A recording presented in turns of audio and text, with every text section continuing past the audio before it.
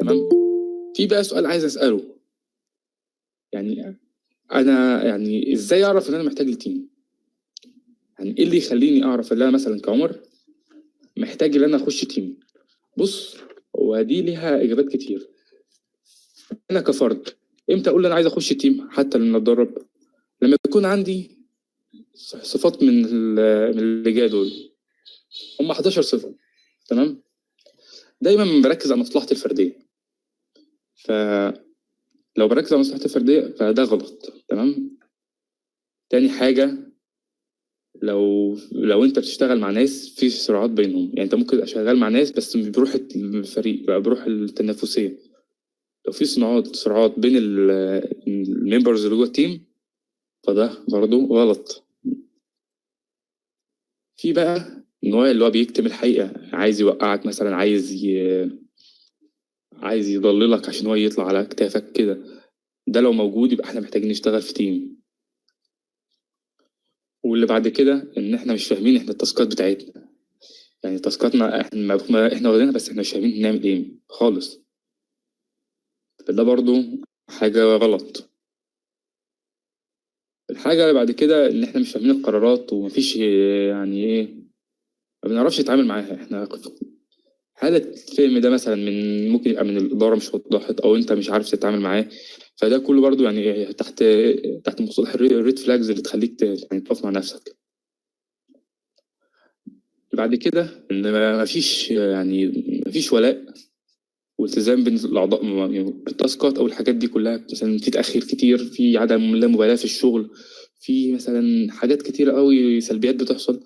فده يخلينا نقف برضه نفكر. لو بالظبط، لو لقيت الشكل ده كده احنا محتاجين نفكر احنا كده في مشكله. تمام. مفيش ابداع. حوار مفيش ابداع ده حاجه كبيره، ان التيمات بتخلق فرصه للابداع. لما الاقي ان الناس اللي شغالين معايا مفهومش ابداع فكده في حاجه غلط بتحصل. ممكن تبقى اشخاص، ممكن يبقى حاجه في الجو العام، بس في حاجه غلط بتحصل. بعد كده آه في معارضه بشكل، يعني كل ما تقول حاجه تلاقي واحد اعترض لك. لا، كل ما تقول حاجه تلاقي حد اعترض. فممكن اعتراض بسببه بلا سبب، او اعتراض لفرض سيطره. فلو لقيت ده برضه غلط. لو لقيت شكوى كتير هتلاقي في ناس كده في الشركات كل يعني ايه يقعدوا يشتكوا بلازمه وغير لازمه. فالناس دي كلها اللي بيعملوه ده عباره عن غلط كبير. ده برضو يخلي في خلل في بيئه العمل. اخر حاجه، لو في هدر موارد، بمعنى الناس المسؤول يعني في مثلا فلوس بتضيع، مش بتضيع منها بتضيع يعني تروح في اماكن مش المفروض تروح فيها. المعنى العادي لهدر الموارد. لو في كل ده، دي كل الحاجات دي 11 صفة، لو موجود منهم 3 بس انت محتاج تشتغل في تيم. فانت لازم تشوف في ال 11 لو لقيت فيهم 3 في بيئة العمل اللي انت فيها، او انت كشخص فيك حاجة من دول، فانت كده لازم تشتغل في تيم. ان ممكن بيئة العمل ما تكونش بيئة تيم، ان بيئة التيم دي حاجة واسعة. تمام. ان لازم يعني يبقى في ترابط، في اعتماد على النفس، اعتماد على النفس بشكل خاص، واعتماد على البعض بشكل عام، في ألفة بينهم. ده هنوضحه في آخر السيشن، اللي هم ال10 صفات بتوع أي تيم. لو في 3 من الحاجات دي واقعين فلازم ولابد الناس دي تشتغل في تيمز. تمام. نتنقل لعل بعد كده. ايه الموانع اللي تخلي مثلا يعني ايه الموانع اللي تخلي في تيم يحصل؟ ممكن يبقى بس زملاء بس مش تيمز، ممكن يبقى زملاء عمل عادي بس مش في روح التيم.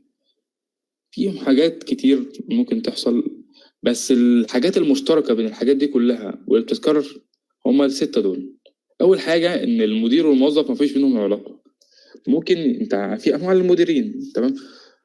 فممكن المدير والموظف يبقى علاقتهم وحشة. تلاقي المدير مثلا في نوع كده، لو نتكلم عن أنواع المدراء في 5. في نوع اسمه النوع العسكري. النوع العسكري ده مش فارق معاه ولا انت ولا نفسك ولا اي حاجه، المهم عندي التاسك، مهم التاسك، مهم الفلوس. ده النوع العسكري. في نوع تاني اللي هو النوع الاجتماعي، ده مش مهم عنده التاسك، مهم عنده انت، ده برضه غلط. في برضه حاجة اسمها النوع الضعيف. النوع الضعيف ده ملهوش أي حاجة، أو اسمه النوع الفقير بالأصح، ملوش أي يعني ولا بيدي اهتمام كويس ولا بيعرف يدير كويس، فبالتالي تلاقي النتائج عادية. وفي نوع يعني إيه، في نوع اسمه المفوض اللي هو سايب كل حاجة لغيره. وآخر نوع اسمه النوع اللي هو الأكتف اللي هو الفعال. ده أحسن نوع ممكن تعمل فيه مع مدراء. فلو مديرك حاجة من مثلا من الأربعة الوحشين، فده ممكن يأثر على بقية التيم. فلازم أي مدير أو أي قائد، حتى لو أنت بقيت ليدر لأي تيم، لازم تحط في دماغك إن في قواعد لازم تمشي بيها عشان التيم ده يمشي كويس. تمام. برضه من الموانع التانية عندك إنك كل فرد مهتم بمصلحته بس. إحنا قلنا للتيم في مصلحة فردية بشكل خاص، مصلحة عامة بشكل عام. المصلحة الفردية مبنية على الفرد نفسه، المصلحة العامة مبنية على الأفراد والتألف بينهم. في ناس مهتم لاغية الجزء من المصلحة العامة، قال لك لا، مصلحة فردية. زي عندك مين؟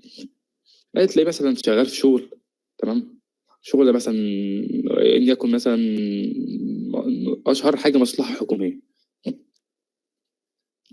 مصلحته إن الشغل يخلص عشان ده كله يعني، والمكتب يشتغل والحاجات دي كلها.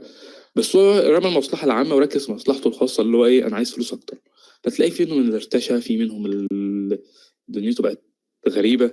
بيقول لك بيقبل الشاي والهدايا زي ما بيتقال. وتلاقيه بقى الموضوع ما بيتمداش لكده، اللي هو بقى يبدأ يخلي شغله كده ويلغي المصلحة العامة كلها. فلما المصلحة العامة بتتلغي، انت ده مانع اللي يحصل الشغل في تيم. وعلى فكرة الشغل في تيم في أي حاجة في حياتك ممكن يعني شغل في كلية برضه معتمد على الحاجات دي كلها. يعني أنت مش قول مصلحة حكومية فلا مش هتهتم، لا أنت لازم تهتم إن دي حاجة من آدميتك المفروض، يعني مش حاجة للحاجات البروفيشنال بس، لا. تاني حاجة إن يبقى في خلل في الهيكل بتاع التنظيم. معنى إن تلاقي في وظائف محدش عارفها، في مسميات كتير قوي بنتلخبط فيها. الخلل ده ممكن يخلي مفيش الناس مش فاهمة التيمز كويس أوي. في بقى بعد كده إيه، عدم الاهتمام بعمل الفريق. ده معتمد على تاني واحدة اللي هي الاهتمام بالمصلحة الفردية. هو لو اهتم بالمصلحة الفردية هو مش هيبص للتيم اللي معاه أو الناس اللي شغالين معاه، هو نسي الهدف ده خلاص. تمام. دي مكتوبة غلط، تمام. بعد كده دي عين المفروض. ضعف المهارات، انك ممكن تعين واحد هو مش كواليفاي اللي هو يتعين في الجوب اللي انت مديله، لسبب يعني ممكن ميبقاش تتكلم كويس، ممكن يبقى حاجات كتير. فده كل حاجات يعني السبب ان في مشكلة في التيم ده. آخر حاجة هو عدم تنفيذ الأوامر، أو بالأصح هو التمرد. في أي شغل هتخشه احتمال تلاقي نوعين من البشر. نوع كويس معاك وهم مصلحة المصلحة، ونوع مش كويس وهم مصلحة نفسه. تمام. النوع اللي هم مصلحة نفسه ده غالبا بشكل كبير في منهم ما بيطيعش الأوامر أو ما بيستلزمش التاسكات. وفي منهم اللي بيعلن تمرده بحيث اللي هو بيسعى للبوزيشن اللي هو يعني ايه بيدوه التاسكات ده، يعني عايز يوقع المدير بكل صح، وده كتير بيحصل. وده نوع غير سوي نفسيا مالناش علاقة بيه. سيبك منهم خالص. بعد